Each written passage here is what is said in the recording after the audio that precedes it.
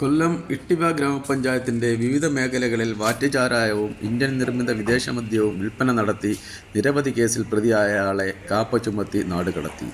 എന്നാൽ ഈ ഉത്തരവ് ലംഘിച്ച് കടയ്ക്കൽ പോലീസ് സ്റ്റേഷൻ അതിർത്തിയിൽ കയറിയ ഇളമുളയ്ക്കൽ ആനപ്പുഴയ്ക്കൽ പുത്തൻവീട്ടിൽ 46 വയസ്സുള്ള ജിനുവിനെയാണ് കടയ്ക്കൽ പോലീസ് അറസ്റ്റ് ചെയ്തത്. 2 മാസം മുമ്പ് കൊല്ലം റൂറൽ എസ്.പി.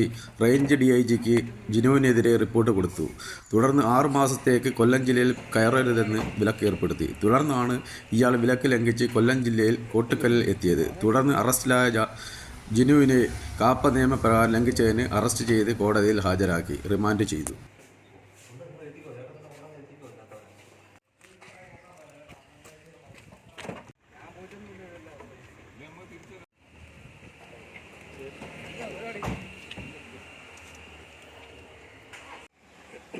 ഇത് വാങ്ങിക്കുന്നുണ്ടോ ബൈക്ക് അല്ല ഒരുമിച്ച് സംസാരിക്കുന്നത് അത് സൂപ്പറായിട്ടോ.